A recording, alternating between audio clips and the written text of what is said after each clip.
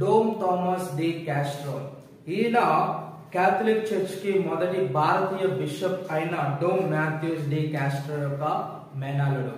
ఈయన భారతదేశంలోనే పుట్టి పెరిగినప్పటికీ కూడా రోమ్ నగరానికి వెళ్లి వేదాంత శాస్త్రను, తత్వశాస్త్రాన్ని అనేక విధాలుగా అభ్యసించి ఒక ప్రొఫెసర్ గా పేరు ప్రఖ్యాతులు పొందుకున్నప్పటికీ కూడా దేవుడు తనకు ఇచ్చిన ఆశ, తన కోరిక మేరకు మన భారతదేశానికి వచ్చి మిషనరీగా ఆయన అనేకమైన సేవలు ఆయన అందించినారు.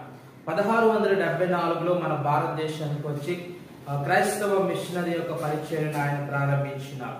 1675లో ఆగస్టు 30న హోలీసీ అనే సంస్థ అతన్ని కొచ్చిన్, తమూర్, మదురై, మైసూర్, క్రాంగనూర్, కన్నమూర్ మరియు కెనరా తీర ప్రాంత రాజ్యాలకు వికార్ అపోస్టలిక్ గా నియమించింది.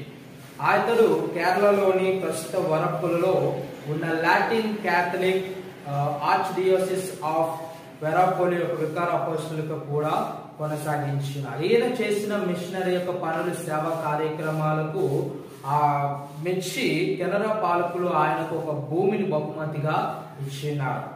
దానిపై ఆయన ఏదో సొంత గృహాన్నో లేకపోతే ఏదో ఒక కట్టలేదు కానీ కర్ణాటకలోని మంగళూరులో మిలాగ్రేస్ చర్చిని ఆయన నిర్మించినారు. 1680లో పూర్తయిన ఈ చర్చ్ మంగళూరు క్యాథలిక్లకు ప్రముఖ ప్రార్థన స్థలంగా పేరు ప్రఖ్యాతులు పొందుకున్నారు.